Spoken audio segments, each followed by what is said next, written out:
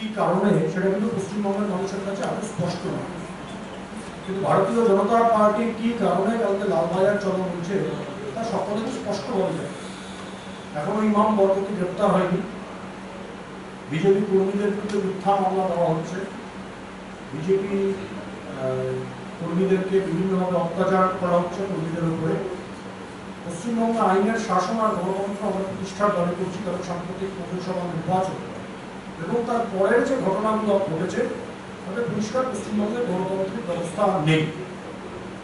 কালকে আমরা একাধিক মিছিল করব, 3টে মিছিলের কথা আপনারা জানেন, ধর্মতলা থেকে, ওয়াই চ্যানেল থেকে, হাওড়া স্টেশন থেকে এবং আমাদের কলেজ স্কোয়ার থেকে। কিন্তু এর বাইরেও আমাদের কাছে বহু মিছিল করার জন্য সূচনা আসছে। বিভিন্ন মিছিল হবে স্থানীয় নেতৃত্বের নির্দেশে বা স্থানীয় নেতৃত্বের মাধ্যমে হচ্ছে। কেন্দ্রীয়ভাবে আমরা 3টে মিছিল অর্গানাইজ করছি।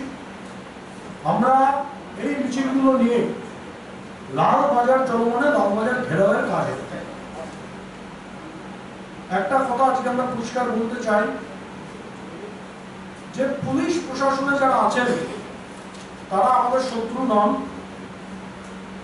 তারাও আমরা চাই তারাও এই ব্যবস্থা বা যে ব্যবস্থা আছে তাদের থেকে নিরপেক্ষ ভূমিকা পালন করুন। গত দুদিন আগের যে নবান্ন অভিযান তাতে দেখা গেছে পুলিশ প্রশাসন একটু বেশি অ্যাক্টিভ ছিল। তার কারণ হচ্ছে যে দিদিমণি মনে করেছেন সারাদিন ধরে লাঠি চালাচালি করলে বিকেলবেলা থেকে লেফটের বাজার আবার একটু ভারী হবে, কারণ মমতা ব্যানার্জি প্রত্যক্ষভাবে কংগ্রেসের দায়িত্ব নিয়েছেন আর তৃণমূল কংগ্রেসের কর্মীরা যাতে পাড়ায় পাড়ায় সিপিএম দলকে প্রোটেক্ট করতে পারে, সিপিএম থেকে যদি বিজেপিতে না যায় সেটা দেখতে বলেছিলেন।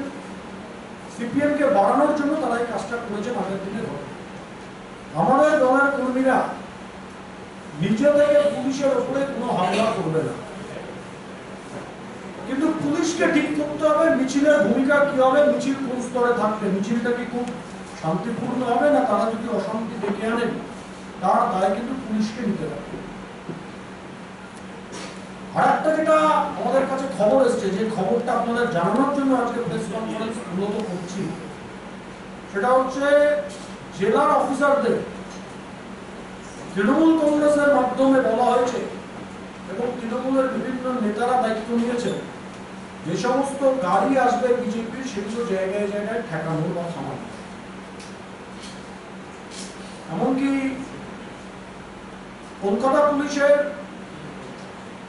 উল্টোডাঙ্গা থানাকে নাকি দায়িত্ব দেওয়া হয়েছে, আমি অভিযোগ করছি বা শুনেছি আমরা, যে ভিআইপি রোড দিয়ে যদি কোনো গাড়ি নামে বা বাইপাস দিয়ে যদি কোনো গাড়ি ওঠে সেই গাড়িগুলোকে সেখানে তৃণমূল কংগ্রেসের কর্মীরা ঘিরে ধরবে, সেখানে তাদেরকে নামানো হবে এবং পুলিশ কোনো ব্যবস্থা নেবে না।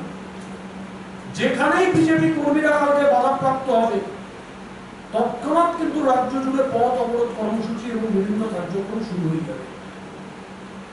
জেনে রাখবেন মাননীয় মুখ্যমন্ত্রী কিন্তু দিল্লিতে আছে, যদি কালকে বিজেপির মিছিলের উপরে বা বিজেপি কর্মীদের আটকানো হয় তাহলে কিন্তু পশ্চিমবঙ্গের সাথে সাথে দিল্লিতেও কিন্তু পথ অবরোধ শুরু হয়ে যেতে পারে। তার দায়িত্ব কিন্তু পশ্চিমবঙ্গ সরকার এড়াতে পারবে না। তার জন্য আমি রাজ্য প্রশাসনকে বলবো, আমরা আবেদন করছি আমাদেরকে মিছিল সুষ্ঠুভাবে করতে দিন। যে সমস্ত মানুষজন আসবে ট্রেনে করে গাড়িতে করে তাদেরকে যেন তৃণমূলের কর্মীরা কোথাও না আটকায়। যদি কোথাও আটকানো হয়, গাড়ি ঘোড়া বাস ট্রাম ভাঙচুর হয় আমাদের, তাহলে কিন্তু পুলিশকে তার দায় নিতে হবে। তখন কিন্তু শুধু কলকাতায় মিছিল হবে না, কলকাতায় আন্দোলন হবে না, যেখানে আটকানো হবে সেখানে কিন্তু আন্দোলন শুরু হয়ে যাবে। এইটা জানানোর জন্য আজকে আমরা আপনাদের ডেকেছিলাম। আপনাদের মাধ্যমে আশা করি প্রশাসন এবং বাকি সকলের কাছে সেই বার্তাটা পৌঁছবে। আমরা শান্তিপূর্ণ মিছিল করতে চাই, কিন্তু আমাদের এখানে যে সমস্ত গাড়ি ঘোড়া আসবে তাদের ঘুরতে দেওয়া হোক, মিছিল করার জন্য ব্যবস্থাটাকে যেন শান্তিপূর্ণ রাখা, এটাই আমাদের প্রশাসনকে চাই। আপনাদের নেতারা গিয়ে কোথায় থাকে? মিটিং চলছে, আপনারা তো দেখলেন, এখন আমিও ছিলাম না, আমরা কিছু কালকে প্রোগ্রামের বিষয়ে দেখতে গেছিলাম। আপনাকে যে 3টে বড় জায়গায় আছে, 3টে বড় জায়গায় আমাদের সিনিয়র নেতারা ছড়িয়ে ছিটিয়ে থাকে। এমনকি আমি বা রাজু ব্যানার্জি কোথায় থাকবো সেটা ঠিক না, রাতের মধ্যে সব ঠিক হয়।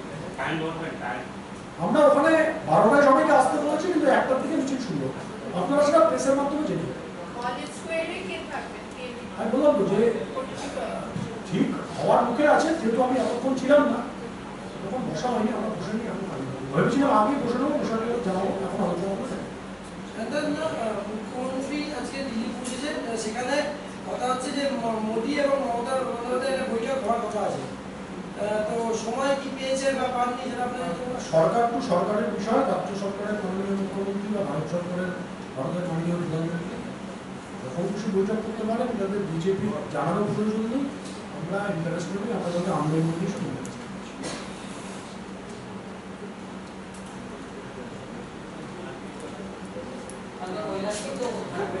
কৈলাসজি থাকবেন, সুরেশ পূজারিও থাকবেন, পার্টির দুই কেন্দ্রীয় নেতৃত্ব তাদের থাকবেন। কোথায় থাকবেন না থাকবেন একটু আপনারা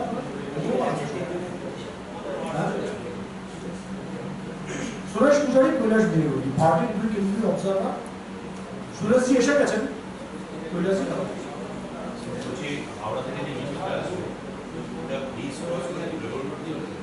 শুনুন, আমরা পুলিশকে বলেছি আমাদের ব্রিজ ক্রস করে আপনারা আমাদের ওখান থেকে লালবাগের নদী পুজোতে সাহায্য করুন। এবার পুলিশ যেখানে আটকাবে সে বিষয়ে ব্যবস্থা নেবে, পুলিশ ওখানে আটকাবে। এছাড়া ছোটখাটো মিছিল এদিক ওদিক দিয়ে ঢুকবে, হ্যাঁ ওই তো রাস্তা আছে, রাস্তা আছে।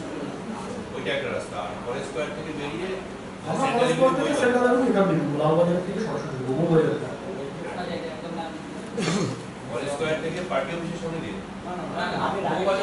ফরেস্ট স্কয়ার ফরেস্ট্রিটি বউবাজার যে মোড়টা হচ্ছে, বউবাজার মোড় থেকে ডান দিকে না ফিরাসলেন না, ফিরিঙ্গি কাটবে, বিবেকানন্দ স্ট্রিট, ধর্মতলাটা বেন্ডিং স্ট্রিট।